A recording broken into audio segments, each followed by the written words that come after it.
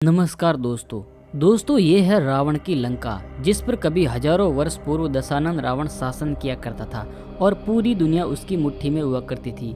लेकिन श्री राम द्वारा रावण का विनाश करने के बाद भी क्या रावण का साम्राज्य बना रहा? क्या आज भी श्रीलंका में रावण का अस्तित्व मौजूद है? क्या रावण फिर से जिंदा होकर दुनिया पर राज करेगा? इन सारे सवालों के जवाब आज भी वैसे ही बने हुए हैं। तो दोस्तों, आज की इस वीडियो में उन तमाम रहस्यों से पर्दा उठाएंगे, इसलिए वीडियो में लास्ट तक बने रहे और अगर वीडियो पसंद आए तो चैनल जरूर सब्सक्राइब करें। दोस्तों, रामायण काल में लंकापति रावण का साम्राज्य मध्य श्रीलंका में बद्दुला, अनुराधापुरा, कैंडी, पोलोनुरुआ और नुआरा एलिया जैसे स्थानों तक फैला हुआ था और इस क्षेत्र में विशाल शेर की आकृति में चट्टान पर कुबेर द्वारा महल बनाया हुआ था, जिसे शेर का किला या लॉयन फोर्ट कहते थे। लेकिन रावण ये किला कुबेर से छीन लेता है और अपना महल बनाता है। लेकिन क्या सच में यही रावण का महल था? चलिए इसके भौगोलिक एस्पेक्ट को जानते हैं। दोस्तों, श्रीलंका के मातली जिले में स्थित ये चट्टान सिगिरिया रॉक कहलाती है, जिसकी आकृति एक बैठे हुए एशियाई शेर की तरह लगती है। ये चट्टान कार्बन डेटिंग पद्धति के आधार पर लगभग 5वीं सदी की बताई जाती है।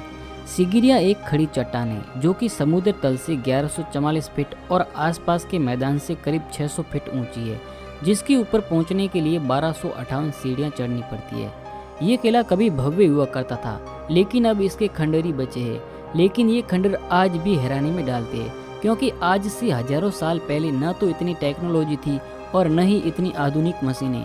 तो आखिर इस भारी भरकम चट्टान को कैसे तराशा गया होगा और इसके प्रवेश द्वार पर भी सुंदर रॉक कटिंग से शेर के पंजे की आकृति बनाई गई है, वो भी कैसे संभव है?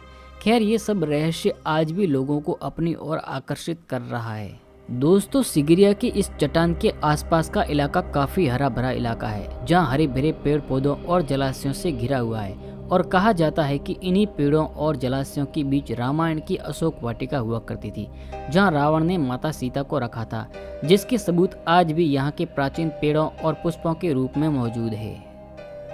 दोस्तों, जब सीढ़ियां पार करके इस महल के ऊपर के हिस्से पर पहुंचते हैं तो ये किसी प्राचीन सभ्यता के दर्शन करवाता है, क्योंकि यहाँ पर विशेष आकृतियों में पत्थरों को काटा गया है और जलाशयों को भी बनाया गया। यहाँ पर एक राज दरबार के आकार की कटाई की हुई है, जिसमें एक सिंहासन और मंत्रियों के बैठने का स्थान नजर आता है। लेकिन इसके ऊपर न तो कोई छत बनी हुई है और न ही कोई गुफा। तो आखिर धूप में, वर्षा में या आंधी तूफान में यहाँ खुला कैसे रहा जा सकता है? ये सोचने वाली बात है। लेकिन रामायण में हनुमान जी द्वारा लंका दहन का जिक्र भी आता है, तो यहाँ की चट्टानों के जले होने के अवशेष और यहाँ की मिट्टी के जले होने के अवशेष भी कहीं न कहीं यही बताते हैं कि शायद यही रावण का महल हुआ करता था। दोस्तों, ये सब बातें तो पुराणों की दृष्टि से अपनी जगह पर है, लेकिन श्रीलंका के इतिहास के अनुसार ये किला सिगिरिया के राजा कश्यप प्रथम के द्वारा बनवाया गया था। राजा कश्यप ने 477 से 495 ईस्वी तक सिंहली राजवंश पर शासन किया था और 495 ईस्वी तक ये किला सिंहली साम्राज्य की राजधानी बना रहा।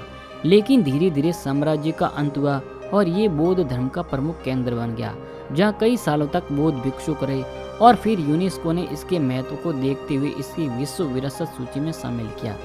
इस सिगिरिया रॉक के आसपास का इलाका काफी जंगल वाला है और यहाँ के लोगों का कहना है कि इसी जंगल की किसी गुफा में रावण का शव रखा हुआ है और कहते हैं कि रावण के शव की रक्षा भयंकर और डरावने सांप करती है।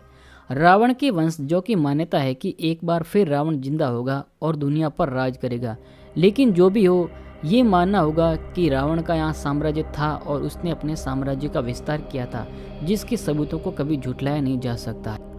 तो दोस्तों, कभी श्रीलंका जाने का मौका मिले तो इस पहाड़ी पर और रावण का महल देखने जरूर जाना।